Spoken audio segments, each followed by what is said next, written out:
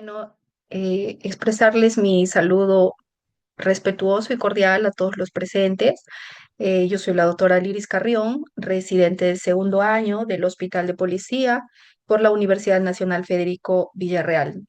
Y en esta primera ocasión tengo el honor de estar acompañando en esta exposición al doctor Adolfo Calderón, que es glaucomatólogo de nuestra institución. Además, también es tutor de los residentes y pues un buen amigo también para los residentes que estamos en proceso de formación. En esta ocasión voy a hablar sobre básicamente como un poco de miscelánea sobre los dispositivos de drenaje en cirugía de glaucoma. Bueno, es conocido que el glaucoma es una causa importante de ceguera irreversible. Clásicamente, los dispositivos de drenaje para glaucoma eh, han sido empleados en el tratamiento quirúrgico del glaucoma, sobre todo en el tratamiento del glaucoma refractario, ¿no? Aquel que ha tenido fallas a tratamientos previos, ¿no? Sin embargo, en los últimos años han existido evidencias científicas, estudios, ¿no? Como el estudio de tubo versus trabeculectomía, donde demuestra su efectividad frente a los dispositivos o tubos frente a la trabeculectomía, ¿no? En ciertos casos. Em, en el año 2011 se realiza un estudio clínico multicéntrico aleatorizado en 17 centros clínicos con pacientes entre 18 a 85 años de edad, que previamente fueron trabeculectomizados por tener un glaucoma no controlado con presiones que fluctuaban entre 18 a 40 milímetros de mercurio y pues que recibían terapia médica, terapia máxima, ¿no? De este estudio se incluye a 212 pacientes, 212 ojitos, de los cuales 117 pacientes estuvieron en el grupo del tubo o implante de glaucoma. En este estudio fue el tubo de Berbel de 350 milímetros y 105 estuvieron en el grupo de trabeculectomía con mitomicina C, ¿no? De los resultados que demuestra este estudio del TBT, a los 5 años la presión intraocular media de los tubos de drenaje son de los dispositivos de drenaje de 14,6 más menos 6,9 milímetros de mercurio, no habiendo una diferencia tan significativa con la trabeculectomía, ¿no? Con mitomicina C, que es de 12,6 más menos 5,9 milímetros de mercurio. El número de medicamentos que se utilizó para el glaucoma es de 1,4 más menos 1,3, que tampoco hay una diferencia tan significativa con la cirugía de trabeculectomía de 1,2 más menos 1,5. El estudio demuestra también que la probabilidad acumulada de fracaso, o sea, durante los 5 años que hacen el seguimiento, el 29,8% hay una probabilidad de que fracasen al tubo y ahí observamos una diferencia bastante significativa frente a la probabilidad de fracaso en la trabeculectomía de 46,9%. Casi el 50%, ¿no? De pacientes han demostrado durante 5 años que tuvieron un fracaso a la trabeculectomía. Y en el ítem tasa de reintervención, los dispositivos de drenaje han tenido un 9% de reintervención versus la trabeculectomía un 29% de reintervención, ¿no?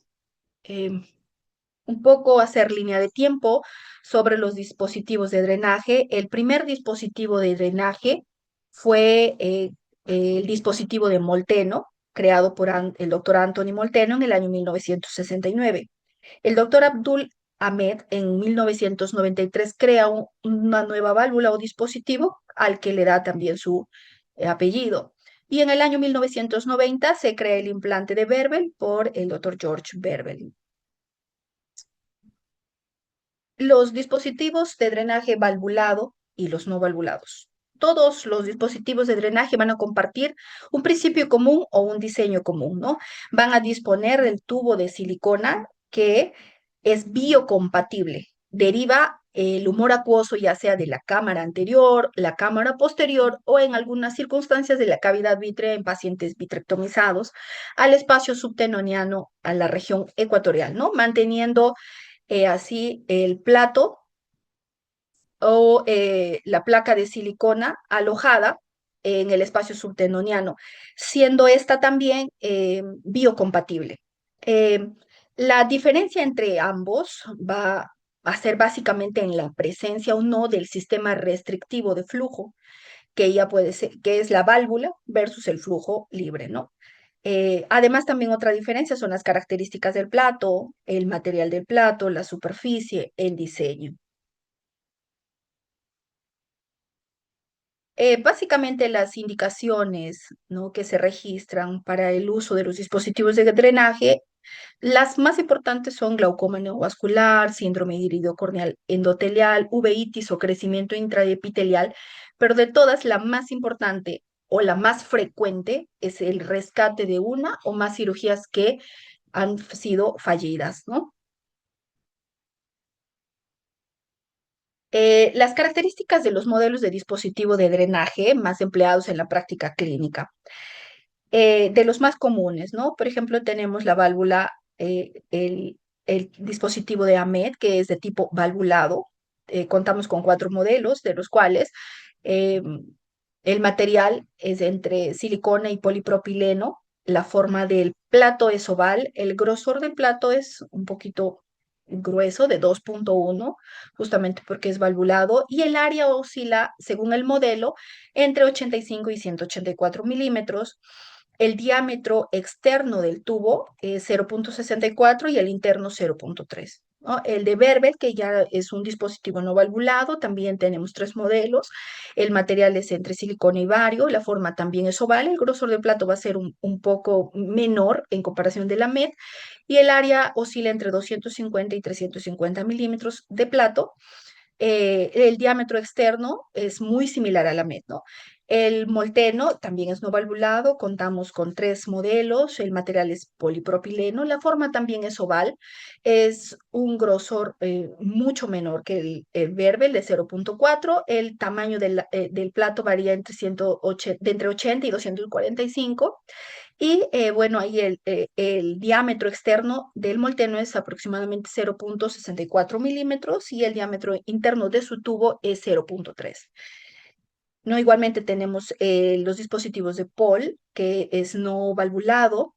El material es silicona, también es oval el plato. El grosor del plato es muy similar al de Berber y el diámetro externo del tubo es de 0,467 milímetros y el diámetro interno del tubo, como podemos observar, es mucho menor que los demás, es 0,127. Tenemos el ClearPad, que es no valvulado, 2 modelos, de los cuales el material está en silicona y bario. Este dispositivo se caracteriza porque su plato es anatómicamente modificado, el grosor del plato es intermedio, 0,85 milímetros. La parte externa, el diámetro externo del tubo es también dentro del rango, 0,635, y el diámetro interno, 0,305 milímetros. Bueno, para la técnica quirúrgica, pues sabemos que la preparación inicial de la cirugía, pues va a comenzar con la incisión conjuntival o la peritomía, que se va a realizar con un flap a base de fornix o a nivel limbar de 2 a 3 milímetros aproximadamente de limbo, ¿no? Con un flap a base de limbo de 6 a 8 milímetros, ¿no? Se diseca el tenon para poder exponer la esclera. Una vez que se realiza la incisión, se procederá a la disección roma con tijeras de tenotomía de la cápsula de tenon. Y bueno, la epiesclera, ¿no? De esta manera se busca liberar adherencias y ligamentos de la incisión, ¿no? Posteriormente se va a crear el bolsillo, como podemos ver en la imagen A, y donde vamos a alojar al plato. Previamente, lo que tenemos que hacer es purgar el circuito. Por ejemplo, en este caso, en la imagen podemos observar implante de POL. Por vía posterior, se purga con suero fisiológico, con una cánula de 27 gauge. En la imagen B podemos observar el anclaje del cuerpo entre 8 a 10 milímetros de limbo suturado con hilo nylon 5.0 y aguja espatulada, ¿no? En la imagen C podemos ver la creación del trayecto extraocular del tubo mediante la creación de una hebilla. Se observa en el punto 1, podemos ubicarnos ahí en la imagen C, punto 1, la zona de entrada y en el punto 2 la zona de salida del tubo, ¿no? En la imagen D podemos ya observar la tunelización con una aguja, ¿no? Que está creando el túnel a 4 milímetros de limbo para que pueda entrar, en este ejemplo, a cámara anterior. En la imagen E podemos observar la introducción de este tubo ya en la cámara posterior y bueno, finalmente se coloca un parche escleral para cubrir el trayecto extraocular del ojo. Entonces, eh, es importante también ver cuáles son las posibilidades de introducción del tubo, ¿no? Existen distintas porciones de la porción intraocular del tubo, va a ser según la necesidad, ¿no? Por ejemplo, en la imagen A podemos ver que el tubo es corto y se encuentra ubicado en la cámara anterior. En la imagen B podemos observar que hay una irirectomía periférica y el tubo está en la cámara posterior y es visible. En la imagen C podemos observar que hay aniridia en la región sectorial y el tubo es corto. En la imagen D, el tubo inferior va a estar en la cámara anterior. En la siguiente lámina, el tubo va a estar en la cámara posterior, va a ser un poco más largo. Y bueno, como se dijo en la primera lámina, el tubo también puede estar en la cavidad vítrea. Complicaciones más comunes son la hipotonía, encapsulación del dispositivo, erosión del tubo o placa. En el caso de los dispositivos de AMED puede haber la fase hipertensiva y bueno, la migración del tubo. Son las complicaciones más comunes, ¿no? En conclusión, los dispositivos de drenaje son una muy buena herramienta clave para el tratamiento del glaucoma avanzado, ¿no? La sección va a depender del tipo de glaucoma y pues se va a individualizar según los antecedentes de los pacientes. Y bueno, es necesario el seguimiento posoperatorio y ser muy vigilantes con los pacientes, ¿no?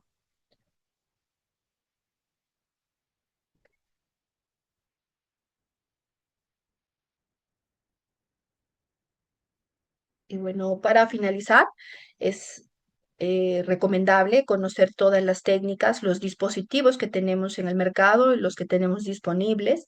Es importante la individualización para la intervención en este caso, ¿no?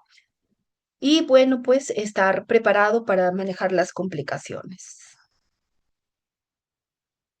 Muchas gracias.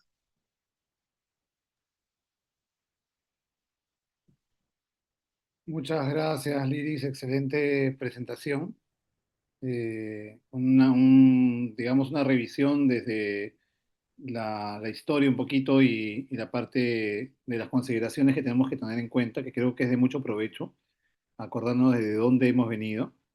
Este, y bueno, también que las indicaciones van variando con el tiempo, sobre todo porque los dispositivos se convierten en una herramienta que cada vez podemos usar en glaucomas menos refractarios, ¿no?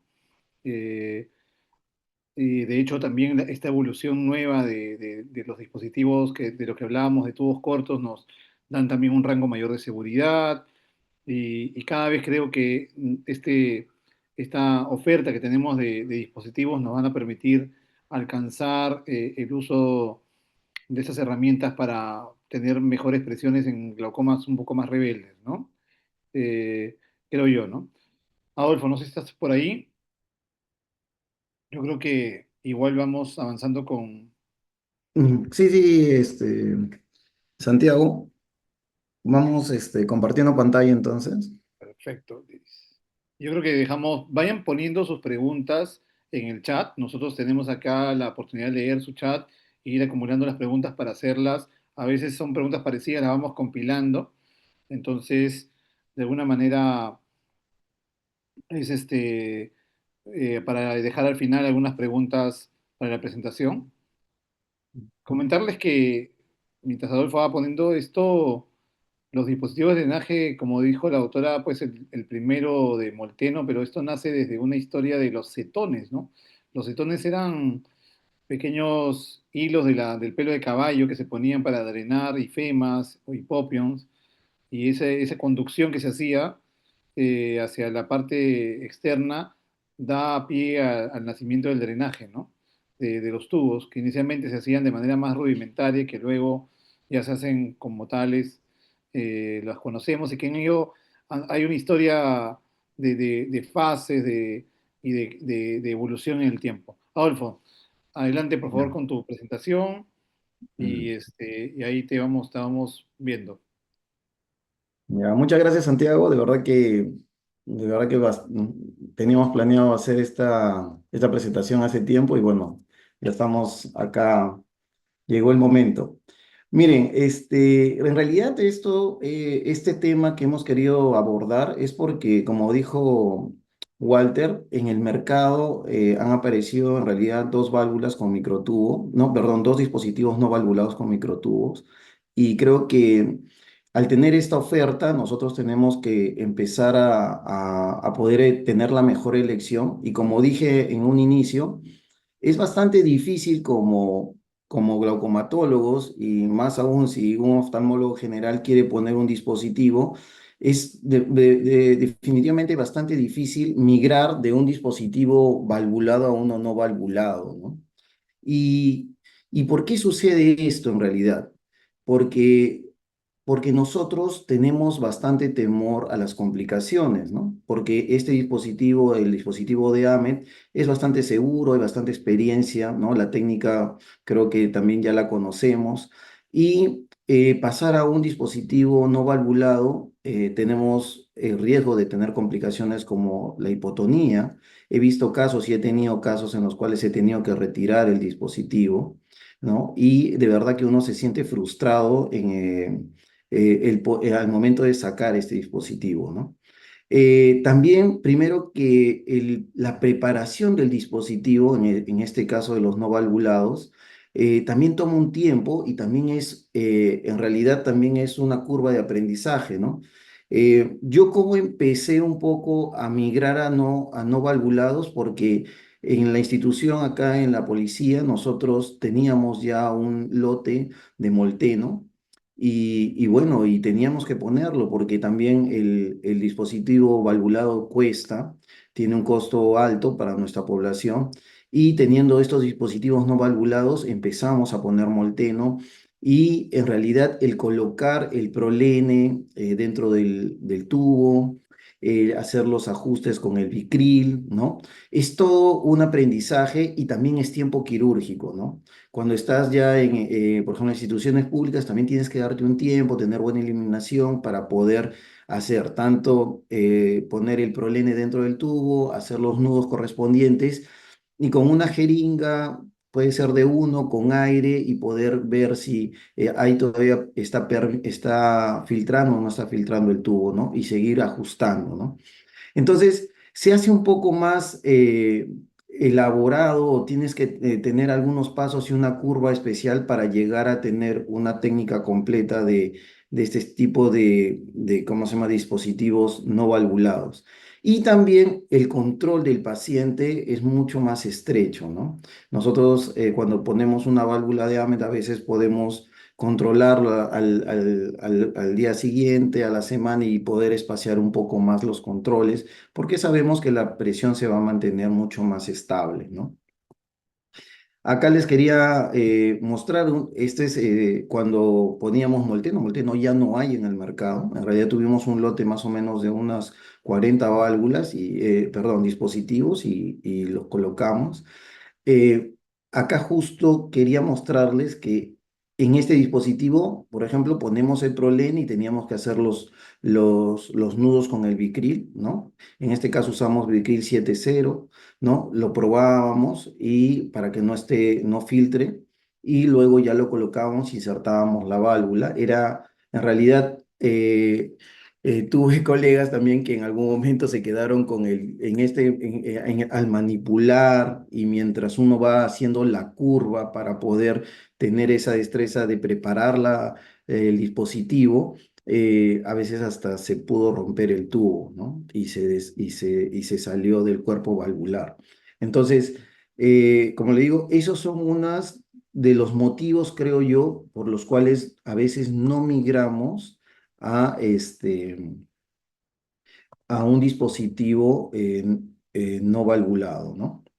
Entonces, eh, la selección de los pacientes lo ha dicho muy bien la doctora Carrió, bueno, más que todo en glaucomas refractarios, pacientes que tienen cirugías previas de glaucoma, estos pacientes con glaucomas secundarios, ¿no? Como el glaucoma neovascular, el uveítico, el traumático, ¿no? Estos pacientes son los pacientes en los cuales vamos a indicar llegar a un dispositivo de drenaje. Quise hablar un poco del ClearPad ST. ¿Por qué? Porque en realidad ya ahorita Molteno no está en el mercado. Estamos con la de Paul y el ClearPad ST. Y en realidad me llamó un poco la atención que venga precargado. ¿Por qué? Primero porque para mí tener ya, siendo un microtubo, si ya con el tubo del Molteno que tenía 640 micras, a veces se te hace, de todas maneras, tenías que darte el tiempo para poner el prolene. Un microtubo, en el caso del ClearPad que tiene 467 micras, entonces es un poco más difícil, ¿no? Entonces, si viene precargado, mejor, ¿no? Y viene con una aguja calibre 23 gauge para poder nosotros hacer el túnel, ¿no? Ahora, vienen dos tamaños, como ya lo hemos dicho, ¿no? El de 250 y 350 milímetros cuadrados. Y como dije, ¿no? El diámetro externo del tubo es de 467 micras y el diámetro interno de 127 micras. Ahora, es más flexible porque es de silicón y tiene vario, eso es bueno, en realidad es bastante flexible. No he hecho la técnica del taco, como lo he visto, como dice el doctor Avilés, también lo he visto ¿cómo se llama? En internet, cómo se puede hacer. Pero siempre me he ido por la técnica más clásica. Podemos ver también que tiene estos agujeros de fijación un poco más anteriores, que en realidad también nos da son muy amigables para poder hacer la fijación de la válvula, ¿no? Perdón, del dispositivo en este caso, ¿no? Eh, Creo que al tener estos dos dispositivos, tanto el ClearPad como el Pole, creo que lo que yo al menos siento es que, como le dije, ¿no? El tener el prolene dentro del lumen es bastante importante. Otra de que el área del ClearPad va a ocupar solamente un cuadrante, no vamos a tener que movilizar ningún tipo de músculos, ¿no? El- a la vez viene ya con una aguja que, bueno, que como dije es de 25 gauge y también ya viene preparada, ¿no? Eh, El tener estos nuevos dispositivos que son microtubos en realidad tiene sus ventajas, ¿no? Los tubos más delgados todavía van a salir los reportes, pero hay menos probabilidad de tener o riesgo de erosión endotelial a nivel corneal, ¿no? Son tubos parcialmente sellados, entonces vamos a tener presiones bajas en el postoperatorio, ¿no? Y los platos, como dijimos, son mucho más flexibles y se amoldan bastante bien a la forma del ojo, ¿no?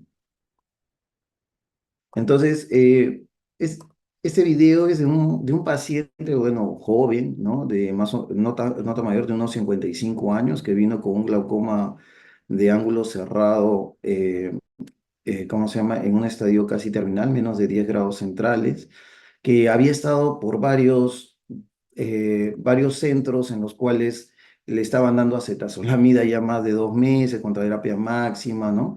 Entonces, este tipo de pacientes, por eso vemos la conjuntiva que está tan engrosada en realidad, ¿no? Bastante teno, ¿no?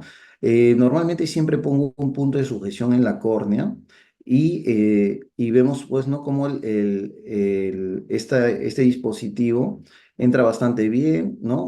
Normalmente hago la sujeción con seda 8 ceros, ¿no? Siempre tratamos de que, ¿cómo se llama? Se entierren los puntos. Previamente a este paciente también ya le había puesto mitomicina. En estos casos, en esta conjuntiva que está bastante inflamada, sí, normalmente pongo microesponja por unos 3 minutos con mitomicina al 0,4% y, eh, y bueno, normalmente siempre yo hago flap escleral, ¿no? Eh, Porque me ha ido bastante bien y en realidad no he tenido hasta ahora alguna exposición de tubo, bueno, de la experiencia que he tenido hasta ahora. Y bueno, acá ya estábamos haciendo la parte porque era una fracoválvula, ¿no? Tenía sinequias posteriores, bueno, hicimos ya la faco. Y luego ya vamos a introducir también el tubo del dispositivo, ¿no?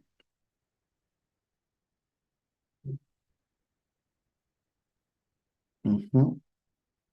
Entonces, cuando yo, por ejemplo, hago este tipo de implantes, más o menos yo introduzco en este caso, la aguja para hacer el túnel, más o menos a 2,5, 3 milímetros de limbo para llegar a cámara anterior, ¿no? Ahí estamos colocando el tubo. Aunque pareciera que este tubo es mucho más flexible y capaz no, podemos decir que podría ser un poco más difícil de introducirlo, en realidad no es así, ¿no? O sea, en realidad es bastante amigable, o sea, no sufrí mucho o sufro mucho en colocar el tubo, ¿no? Y es bastante amigable, ¿no? Luego pongo un punto de sujeción y cierro el flap y bueno, y cerramos eh, la herida, ¿no? Como dije anteriormente, no, en este tipo de dispositivo no pongo Vicryl tampoco de ajuste, ¿no?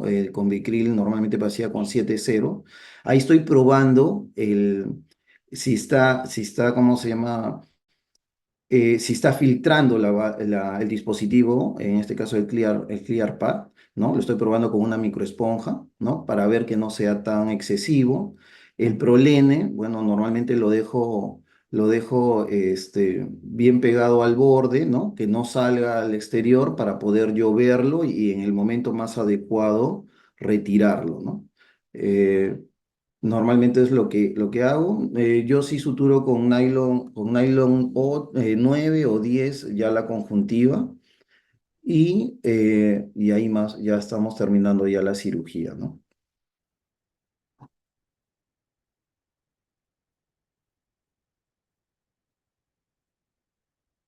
Muy bien. Entonces, bueno, dentro de estos meses, estos 3 últimos meses hemos colocado aproximadamente 6 de estos dispositivos.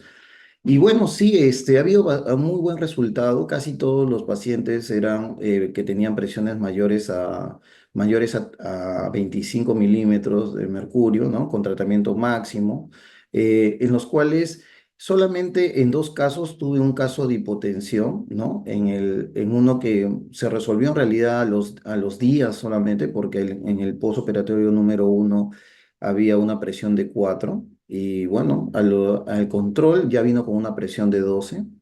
Y en el caso de un paciente, sí, tuve que era por un glaucoma secundario aceite de silicón.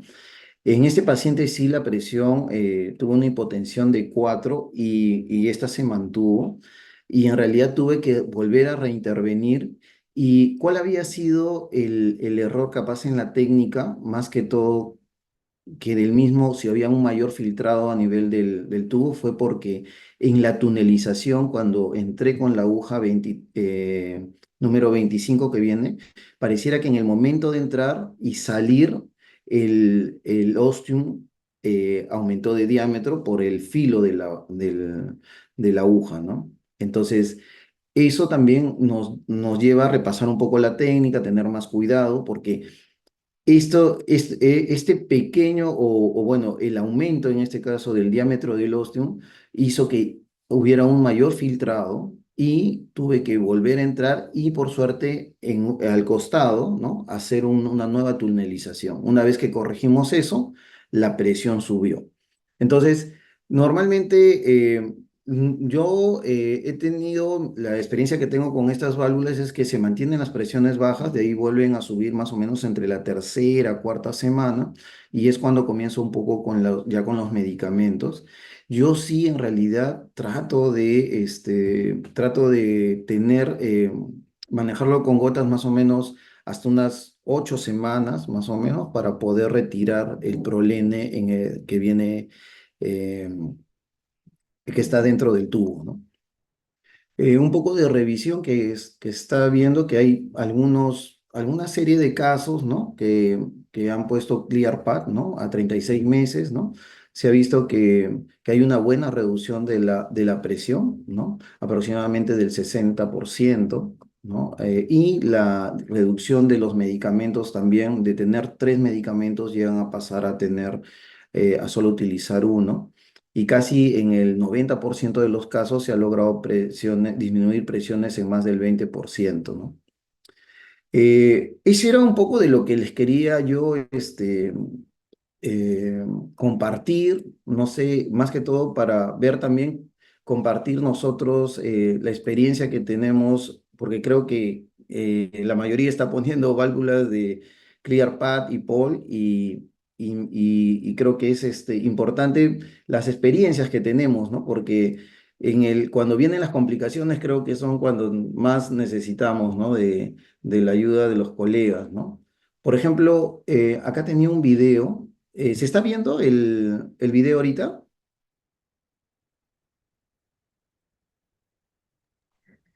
No, No, doctor, no, esta es no, su no se ve. lámina. Esta ¿No? es No, su no, diapositiva. no se está viendo. Ah, ya. A ver, un momento. Quería,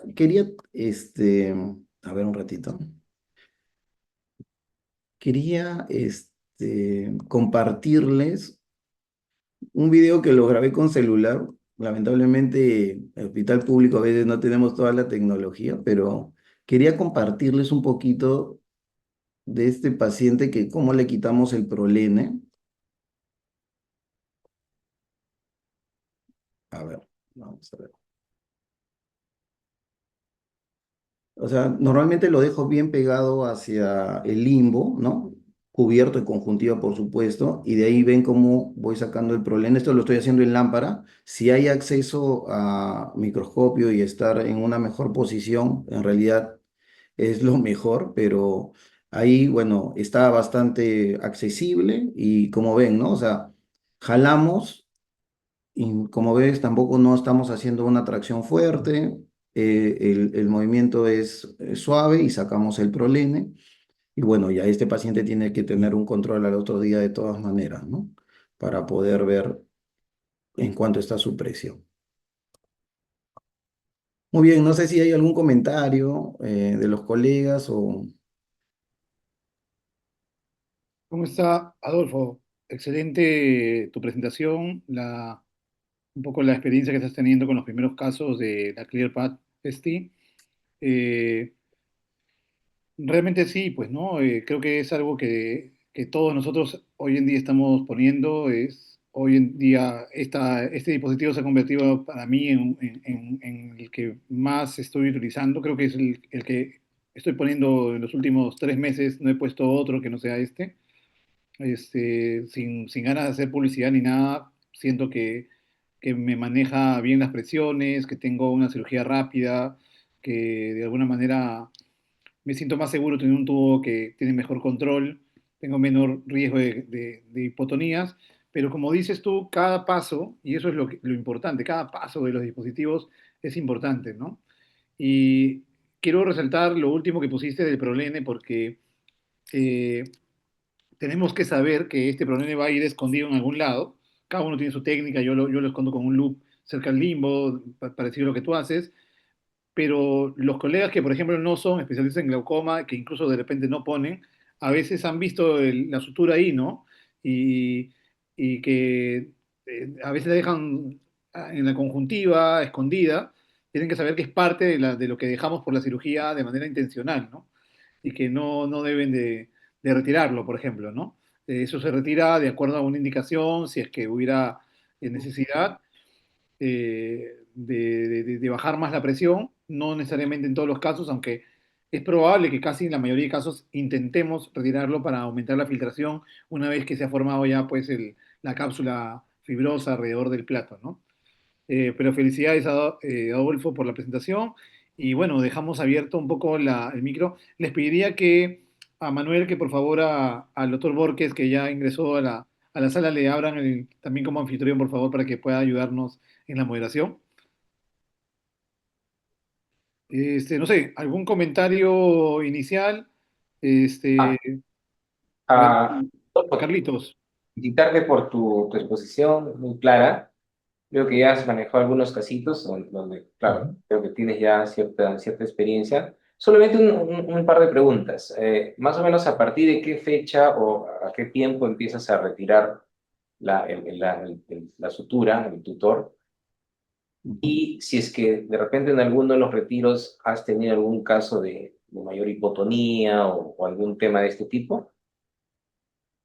Sí, doctor, en realidad, bueno, yo normalmente estoy esperando entre 6 a 8, 10 semanas como mínimo, porque hay que esperar que se forme se fibrose un poco la ampolla, se forme la ampolla, perdón, y luego retirar, porque sí he tenido un paciente que le retiré y la presión bajó bastante, quedó en 6 y ahí está como que piensas que va a bajar un poco más, pero luego ya se recuperó quitándole un poco de corticoides, ¿no?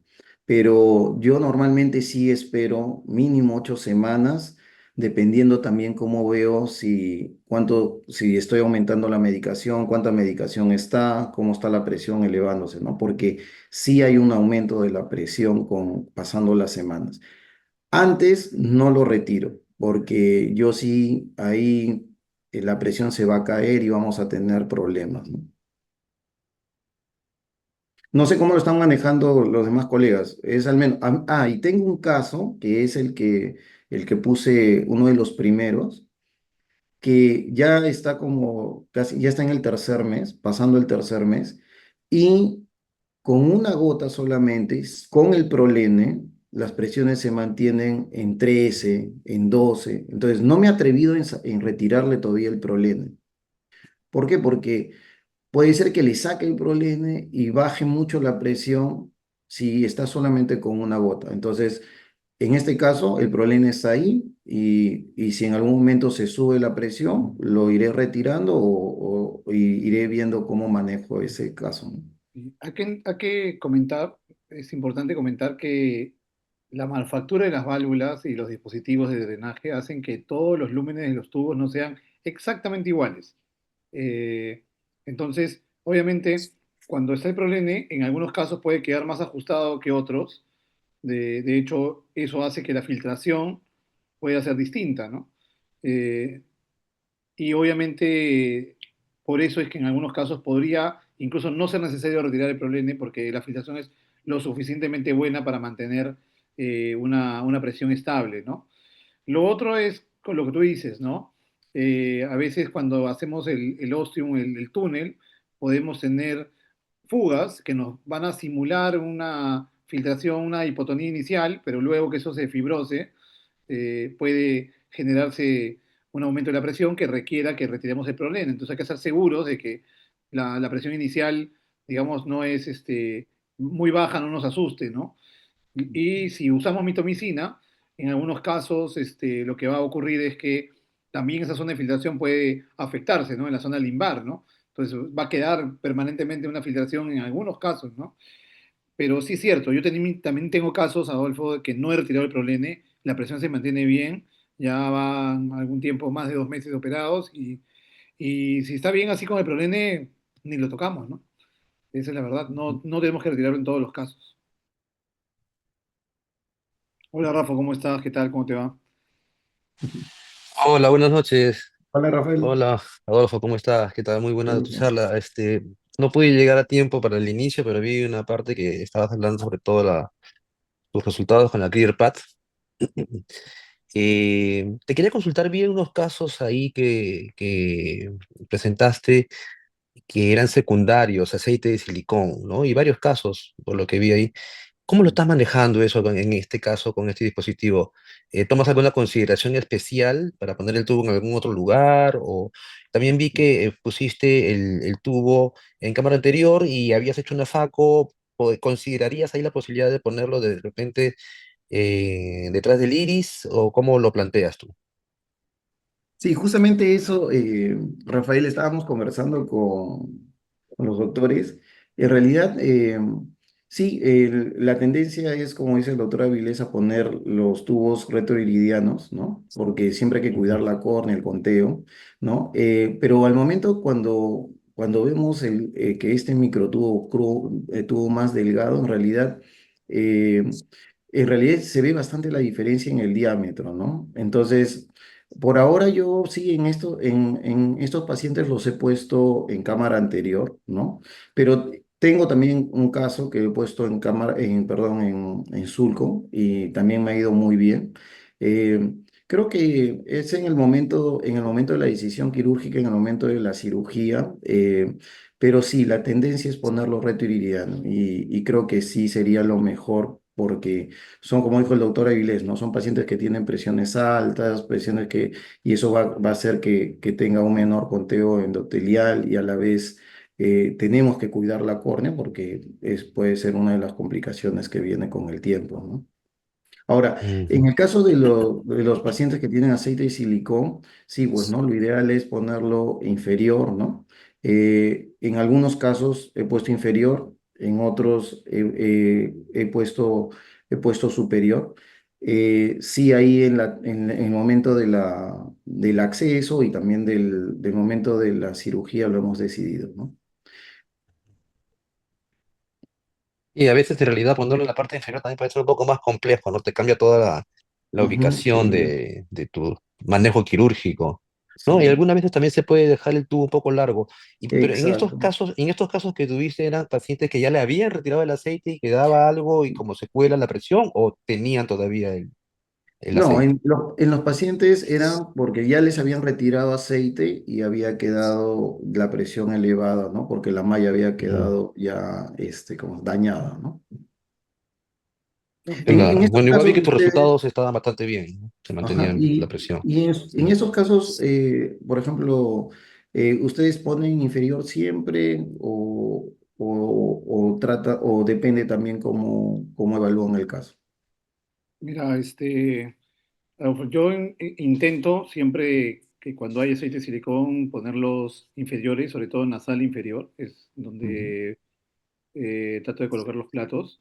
Obviamente, como dice Rafa, el acceso es un poco más difícil, hay que considerar que hay que operar de manera inversa a lo que normalmente hacemos. En ese caso ya he puesto dos de estos ClearPath nasales inferiores. Una porque era un segundo plato y el segundo era un paciente con aceite de silicón. Entonces, ya he tenido la oportunidad de ponerlos. No he tenido problemas con los músculos, pero hay que considerar que la distancia entre los músculos es distinta y por lo tanto, como el plato es un poquito más grande, en este caso de 250, podríamos tener cierta restricción. Donde sí hay que tener en cuenta un poco de dificultad es en los pacientes que tienen banda, ¿no? Que tienen, si son vitrectomizados, si tienen cerclaje, obviamente en la parte nasal inferior va a estar sumamente apretado. Y me tocó en un caso, no en STI, pero en ClearPath, la 250, la habitual, cortar el plato, ¿no? Un poquito. Y eso también es una ventaja. Uno puede recortar el plato al tamaño que desearía y poder colocarlo en ese espacio que de repente es un poco más estrecho si es nasal inferior, ¿no? Eh, no he tenido problemas por ahora con esos pacientes, así que nada, por ese lado sí tengo un poquito de cuidado, de tratar siempre de ponerlo nasales inferiores en los casos cuando aceite de silicón, ¿no? Siempre que se pueda, ¿no?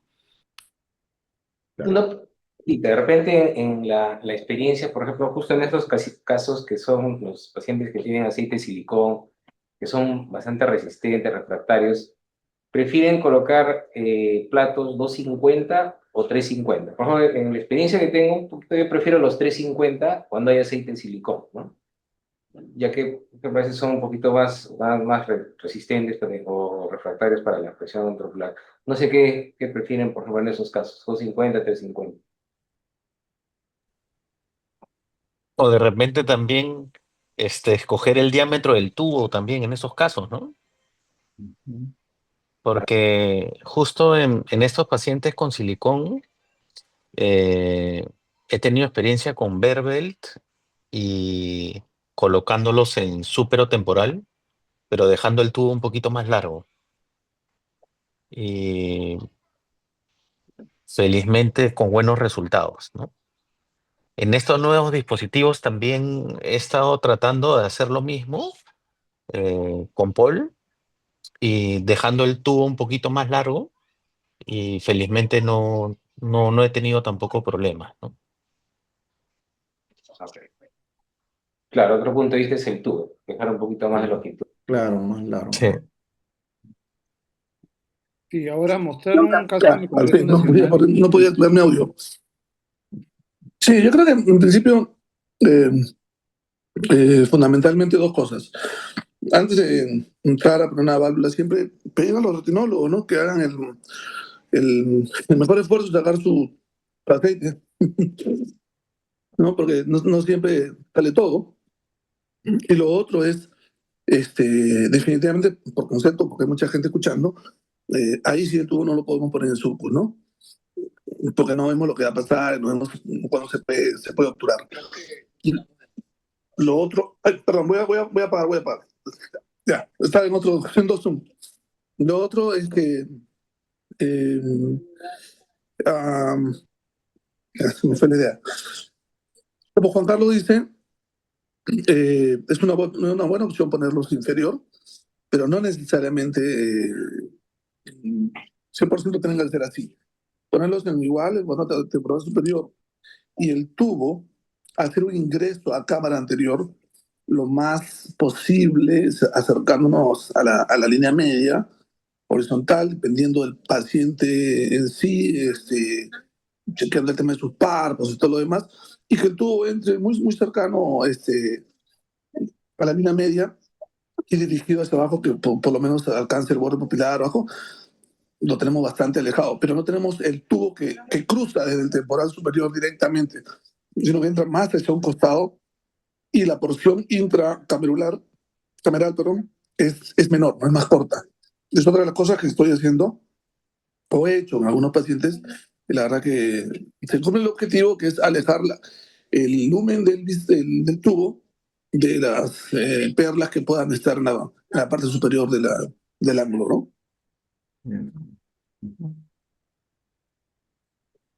Tiene unas preguntas ahí en el chat también. Mandaron a callar del otro chat, del otro Zoom, no me he dado cuenta.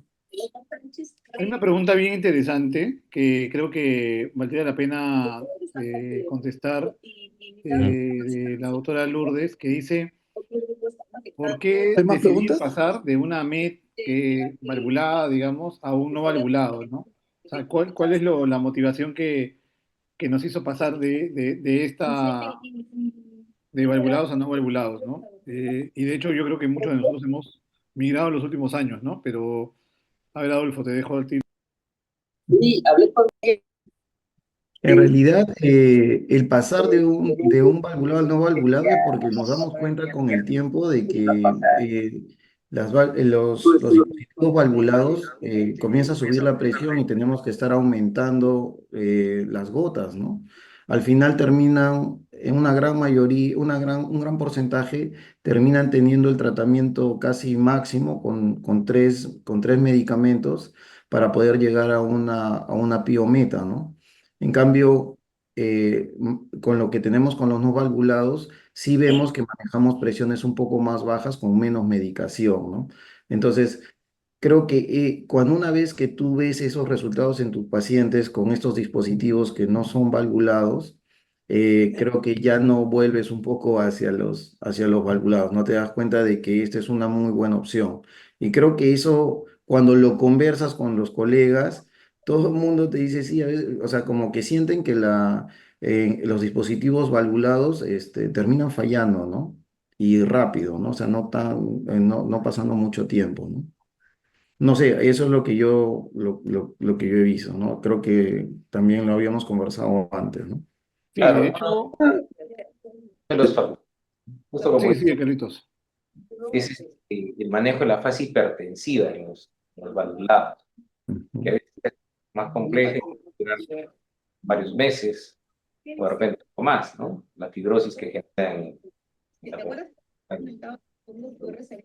Sí, yo quería comentar también con respecto a eso, es muy interesante la pregunta porque sí, la mayoría creo que está optando un poco más por ese cambio. Y bueno, en mi experiencia, y creo que en los resultados de los estudios se ve también, es efectivamente lo que menciona Juan Carlos, el tema de la fase hipertensiva y muchas veces el tema de la inflamación posoperatoria que genera más rápidamente un valvulado y la posterior, el posterior aumento de frecuencia de los encapsulamientos que nos obligan a entrar nuevamente, ¿no? Con los no valvulados, usualmente no pasa eso, no es mucho menos frecuente, y a largo plazo se ha demostrado que tienen un mejor control de presión intraocular.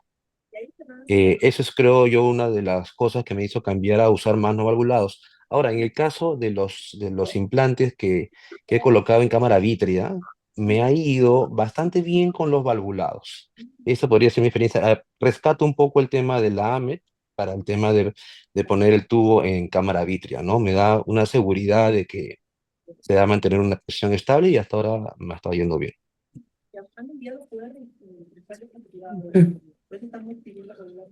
Creo que definitivamente una de las mayores bondades de de la valvulada es la seguridad en el postoperatorio inmediato, el buen control de la presión. Todo es maravilla al día siguiente. Pero luego en el postoperatorio inmediato empiezan los quistes de plato, la disregulación de la presión intraocular. Es un dolor de cabeza y que a veces, como bien han dicho los colegas, tenemos que entrar a destechar y todo lo demás. Y en el postoperatorio tardío, digamos, o final, está demostrado que los no valvulados regulan mejor la presión. Entonces, esta nueva tendencia de los dispositivos no valvulados a cambiar en sus diseños, que lo conversamos bastante al principio, no lo voy a repetir, el cambio es uno, que en el postoperatorio inmediato tenemos mucha seguridad como el valvulado. Dos, en el postoperatorio inmediato no tenemos presencia de quistes de platos. Y tres, en el postoperatorio tardío tenemos el mismo mejor control de la presión ocular de todos los no valvulados. Entonces, todo esto ha hecho la tendencia a que muchos cirujanos de glaucoma viremos a entrar en el mundo de los no valvulados con mucha más confianza, ¿no? Porque esto es, o sea, los no valvulados existen desde siempre, sino que probablemente por muchas de estas cosas no nos animábamos. Personalmente yo he batallado mucho con cada uno de los dispositivos no valvulados cuando recién los empecé a poner y me costó agarrarle digamos, el kit a cada uno de ellos, ¿no? Pero siempre hay uno había problema. Pero con estos dos dispositivos no valvulados últimos, por ejemplo, no hemos pasado por eso, porque básicamente lo que ha cambiado es el control de la presión intraocular en el postoperatorio inmediato. Básicamente, esa es la mayor ventaja, ¿no? Y el resto ya cae por su naturaleza, por todo lo que ofrecen, ¿no? Así que yo creo que es algo que sí tenemos que mirarlo, recibirlo bien, porque es una herramienta más en el manejo quirúrgico de glaucomas, sobre todo los glaucomas refractarios, ¿no? Ahora, hay algo importante y era que, por lo menos en mi experiencia, Gustavo, era que la cirugía del valvulado era más rápida, ¿no? No había que manipular músculos, tenías la presión baja desde el día siguiente, no había que hacer el no valvulado necesitaba más pasos, ¿no?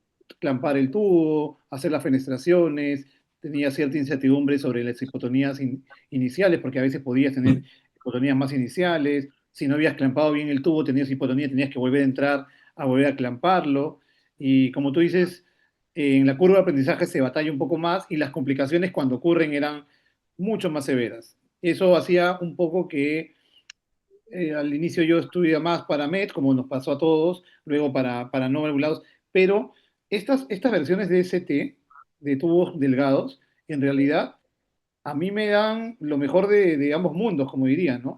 No batallo yo mucho con las hipotonías iniciales, no tengo que manipular músculos porque normalmente el tamaño del 250 entra en el espacio, las orejas son más adelantadas, entonces es fácil de suturar, el ProLene controla muy bien el flujo, salvo algunos casos, entonces realmente el perfil de seguridad para mí ha subido bastante, incluso en casos muy, muy complejos, estos tubos me dan mucho perfil de seguridad y no tengo digamos, esos pasos adicionales y el tiempo adicional que me daba clásicamente la Verbel, la ADI o alguno de los otros modelos de no valvulados, ¿no? Por ahí hay una pregunta muy interesante, me gustaría que por ahí la contesten, si es que en todos los casos usan mitomicina, ¿no? Ujú. Bueno, En particular. en estos casos de, perdón, en estos casos de Paul y de ClearPath, eh, estoy usando mitomicina en todos, ¿ah?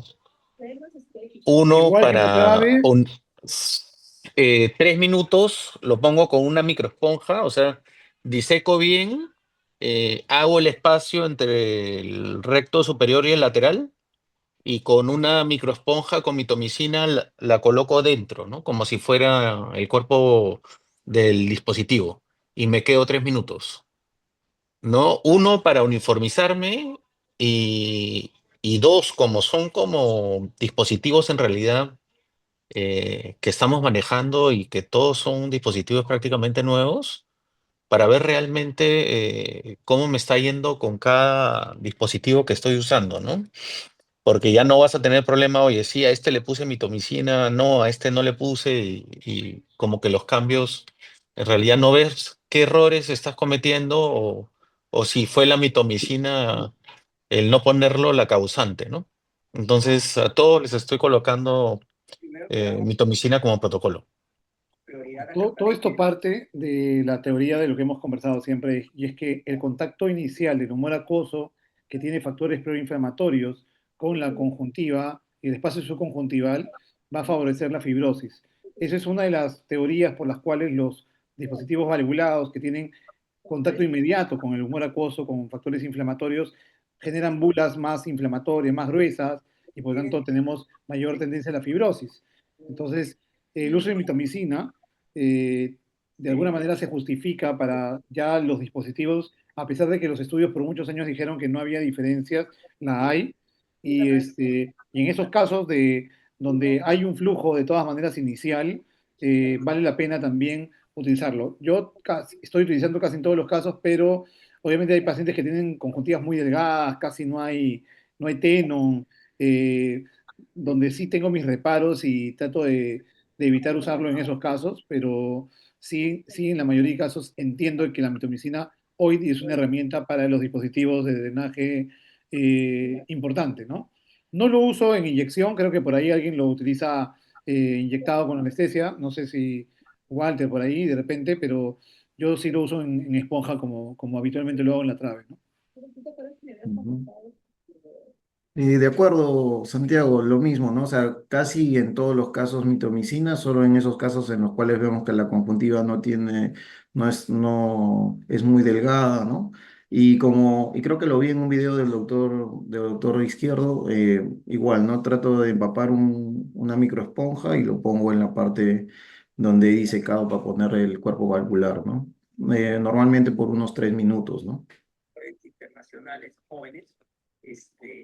Ahora, Gustavo hizo una pregunta que también me parece importante y era que no usaban viscoelástico, ¿no? Que en estos casos de los tubos cortos se usaba la tonalización con solución salina, ¿no? Eso es un consenso en todos, alguien por ahí usa viscoelástico. En mi caso, uso también solución salina para tonalizar, pero cuando haces el primer túnel y ya queda alto y se hipotoniza el ojo, en algunos casos, o de posiciones especiales como en surco, a veces sí, pues uno tiene que poner un poquito de bizcocho para ayudarse, ¿no?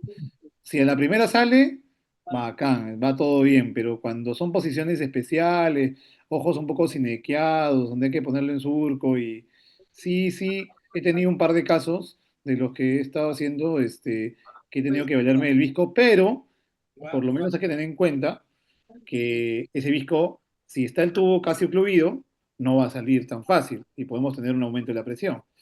Entonces hay que tomar en cuenta de lavar el visco, no en su totalidad, pero lavar el visco, ¿no? Gustavo, ahí que quería decir algo. Sí, efectivamente es algo, una de las cosas que cambió y me dio gusto, me gustó mucho, de no tener la necesidad de usar viscoelástico, pero sí tuve un caso, una señora fáquica con cámara estrecha, y sí tuve la cámara un poco estrechona al día siguiente. Entonces entré y le puse un poco de viscoelástico, pero no como cuando usábamos una AMET, en fin, o sea, solamente lo mínimo necesario para formar un poco cámara. Y estuve con el temor de que el día siguiente vuelva a encontrarla estrecha, y no. Entonces, después he operado dos, el segundo ojo de este paciente y luego otra paciente, fáquica, que no, y sí, a esos pacientes fáquicos con cámaras estrechas, no estrecha, pero no pues esas cámaras profundas que no que son bonitas, sí les pongo un cachito de viscoelástico por seguridad y por mi salud mental, y no he tenido problema. Pero, por ejemplo, cuando hago una faco dispositivo, yo pongo viscoelástico en el sulcus por el puerto auxiliar para poder meter mi tubo en el sulcus y sí me preocupo de sacar todo el viscoelástico después, ¿no?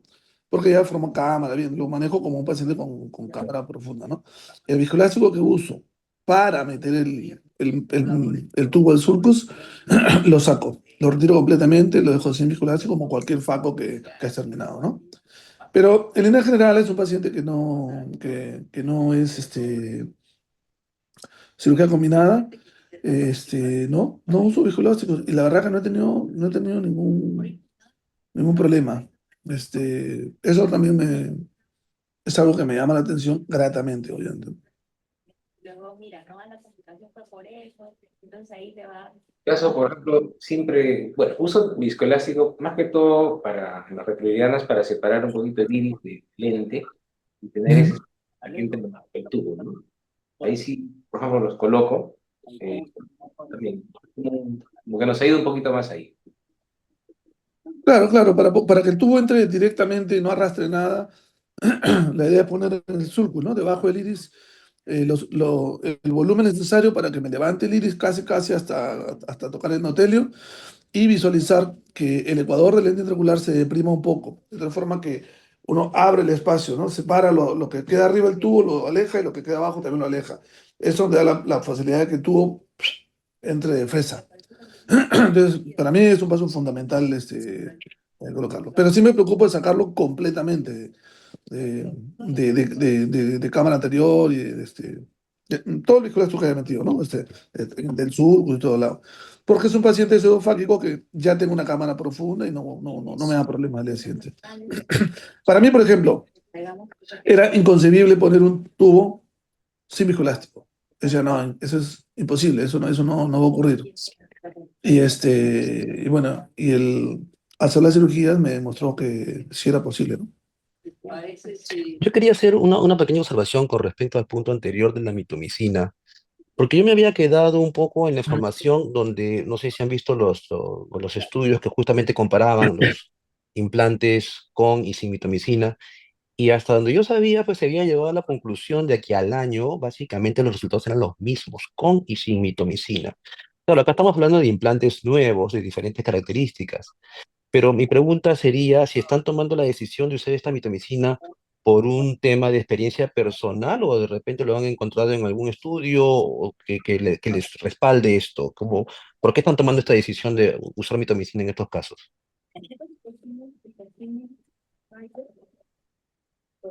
A ver, el uso de la mitomicina estaría dirigido por el tema de las citoquinas inflamatorias que generan toda la inflamación en los quistes de plato y todo lo demás. ¿Qué ocurre con las válvulas? en la cual hay acuoso en el espacio subconjuntival desde el primer día. Con No, las... sí, claro, o sea, sí entiendo el punto, tiene lógica lo que Ujú. dicen, ¿no? O sea, pero digo, lo estamos Hay tomando una en base a tendencia nuestro propio actual. criterio, ¿no? No lo estamos tomando en base a un estudio que respalde que tengamos mejores resultados, con y sin, en este caso, aún por lo menos, porque son relativamente nuevos los dispositivos, ¿no? O sea, mi pregunta es, o sea, está bien la decisión de probar y sería interesante incluso compararlos, ¿no? Porque creo que no hay muchos estudios todavía con respecto a este tipo de uso de mitomicina en estos nuevos dispositivos. Pero ¿sabes qué? Eh, Rodolfo, perdón, eh, justo tuve una reunión con Paul y hablando con él, me dijo que la experiencia que tenía del implante sin mitomicina no le resultó tan buena. Ujú, Entonces comenzaron a colocar mitomicina y también lo comenzó a hacer Kit Barton en el momento que empezó a usar estos dispositivos, ¿no? Entonces, claro. eh, esa experiencia que han tenido al principio en estas fases de inicio, eh, lo que les hizo hacer fue tenerlo también como protocolo, Ujú. Rafa. Eso Pues, fue la experiencia que recogí. claro, son experiencias personales bueno, de monstruos que están trabajando con eso. Del Imagino en más inventor. volumen. Interesante, claro. El mismo O sea, inventor. es un tema reciente de discusión en todos los foros, últimamente se está discutiendo esto y las experiencias de gente grande dicen pues que la tendencia ahora es a usar la mitomicina porque como creo que dijo Santiago, últimamente están viendo que ahora sí existe una diferencia significativa, lo cual antes se decía pues que a largo plazo no había una diferencia significativa entre usar o no usar mitomicina en un dispositivo de drenaje. No podría citarte un artículo ahorita, Claro, ¿no? Todavía pero no, sí no, es algo tampoco no he que encontrado. No, lo que pasa es estamos en que una búsqueda, ¿no? lo que pasa es que cuando se hacen los estudios para cualquier dispositivo de drenaje, no lo hacen con mitomicina. El estudio original no lo pueden hacer con mitomicina. De hecho, eso fue uno de los problemas que tuvieron con el enfoque, por ejemplo, Martes, ¿no? 8:30, martes, Que 8:30, martes, 8:30. no, Sí, que escuché, sí, no escuché, sí, escuché. había, de Puede alguna ser. manera, la posibilidad de tener mayor éxito, ¿no? Por el uso de la mitomicina. Pero ya una vez que esto está aprobado, off-label, uno empieza a evitar la fibrosis, ¿no? Que es lo que se quiere generar.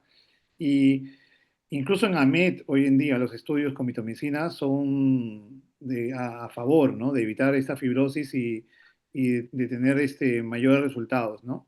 Por eso es que es difícil encontrar un estudio grande que respalde eso, porque el estudio grande con el que se aprobó el dispositivo no va a ser con mitomicina nunca, porque no lo permite el trial study de este caso, ¿no?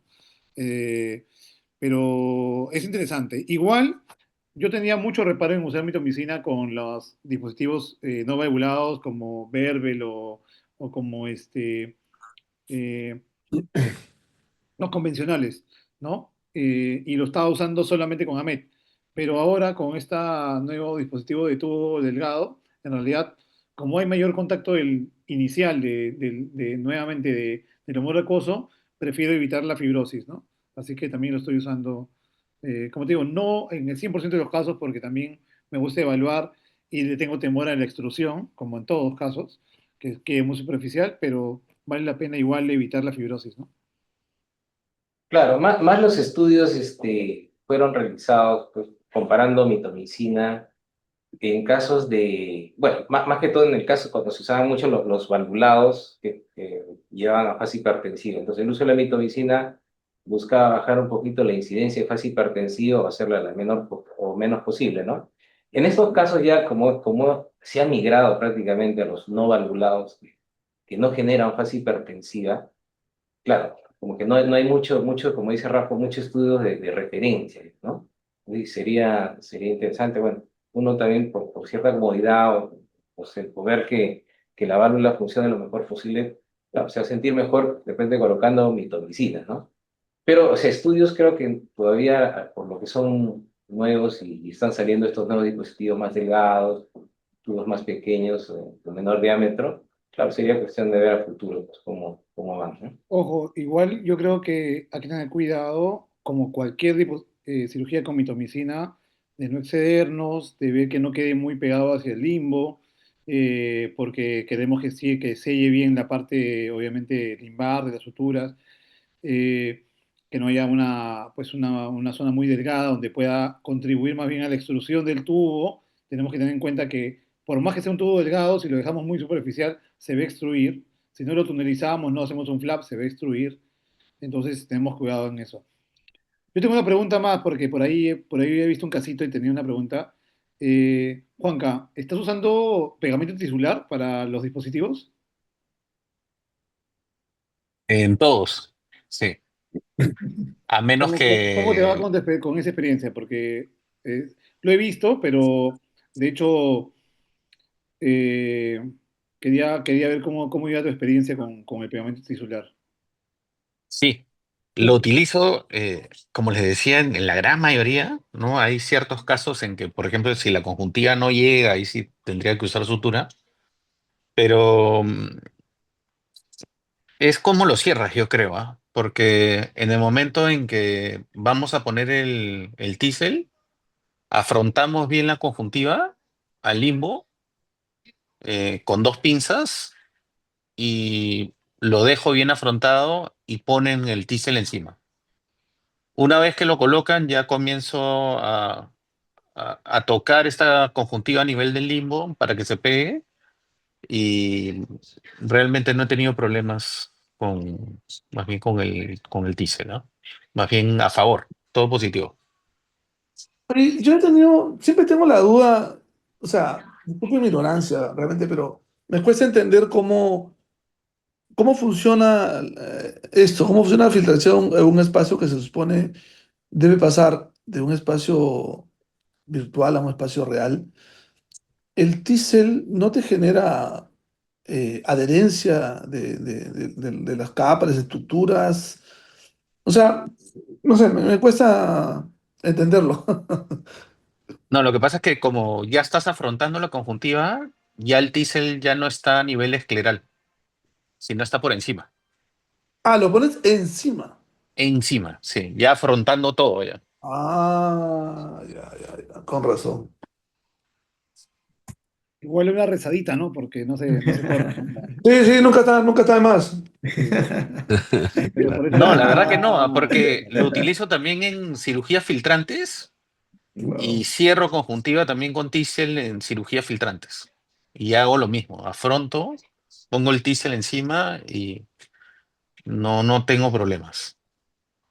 La Y tu verdad, al forma apoya revés. bien al día siguiente, se sostiene. Sí, no, Mm, perfecto. perfecto. Es más, y el posoperatorio para el paciente en realidad es diferente, ¿no? Ya no está Claro. sintiendo las suturas, más bien es mucho más tranquilo. Y en la técnica de la filtrante también jalas la conjuntiva y le pones encima también y suficiente con eso. Idéntico. Sí, o sea, Mm. yo me dedico a afrontar la conjuntiva y el ayudante es el que pone el tísel encima. Claro, Y eso coge también conjuntiva y yo parte de la pensé que lo córnea ponías también, me abajo. Yo imagino. decía, ¿cómo es eso? Sí, lo afronto al limbo Ajá. y estoy con las dos pinzas. Ujú. Les digo que ya estoy listo y colocan el tísel encima. Ah, buenísimo. Sí. Entonces, de esa forma sí, no van a tener problemas. Voy a probar, ¿ah? Porque yo estaba usando en válvulas también, pero no en filtrantes. Me suena Sí, interesante. sí, súper bien. Sí. Bien. Bien. Bueno, yo creo que esto da para ratazo, para un montón. Creo que nos hemos siempre nutrido de cada uno, sacamos un poquito de cada uno, todos aprendemos, todos aportamos, que esa es la idea. Este, agradecer a Adolfo por poner el tema en palestra, a la autora que creo que por ahí, Carrero. la doctora Carrión que todavía está por ahí, agradecerles la disponibilidad, como le dije, bajo los contratiempos que hemos tenido, pero nada, Walter, que obviamente ha tenido la organización de esta charla, no está ahí porque a esta hora Walter lava, plancha, está extendiendo ropa. Hay que entender lo que es parte de su... A esa hora lava los pañales. Sí, está en labores domésticos. Él es no puede dejar de, es un día lo castigan, ¿sí, no? Entonces, pero lo perdonamos porque sabemos lo que ha sufrido. No, tenía algunos temas personales que resolver, así que de hecho, por ahí hay temas familiares que tiene que sí o sí pues acompañar, ¿no? De ahí lo entendemos, pero quería agradecerle públicamente porque él ha estado bajo la dirección y organización de esta charla. Agradecerle a todos los que se han quedado, esperamos que haya sido de mucho provecho. Eh, Nuevamente a invitarlos siempre a los terceros miércoles de cada mes a las sesiones virtuales que tenemos del capítulo peruano de glaucoma. Siempre vamos a encontrar este espacio para poder compartir, discutir, ver la experiencia de los de glaucoma del país y bueno, de nosotros también, aquí acompañándolos. Y Gustavo, Carlitos, Juan Carlos, Rafo, Walter y bueno, Adolfo y Liris, muchísimas gracias. Creo Gracias. que por ahí si alguien quiere dar algunas palabras de cierre, por favor hablen sus micros, están invitados. Bueno, agradecerle a todos. En realidad, sigo aprendiendo con ustedes, conversando. De verdad que a veces el día a día de tener los pacientes, uno va resolviendo sus complicaciones, como se dice, a su manera, a su criterio. Y es el tener este conversatorio tan natural con los maestros, como dice Santiago, nos enriquece bastante y también nos une, ¿no? Porque en realidad, mientras uno está aprendiendo, ustedes tienen más experiencia y bueno, voy a esperar al doctor Juan Carlos cuando ponga el video de cómo pone el Ticel para poderlo replicar, ¿no? Y seguir aprendiendo de todos, ¿no? De doctor Gustavo, el doctor Rospigliosi. Y muchas gracias por la oportunidad. Y esperamos seguir estando los miércoles, el tercer miércoles de cada mes acá con la sociedad. Un fuerte abrazo a todos. Buenas noches a todos. Muchas Bueno, gracias. Gracias a todos. Gracias, Santi. Gracias Chao, a Rafa, hasta Gustavo, luego, Carlito. doctor. Chao Gracias a chicos, muchas todos. gracias. Santiago. Excelente estuvo. Gracias. Nos vemos Chao pronto. Adolfo, muy Un buenas abrazo a tardes. Chao, todos. chao. Chao.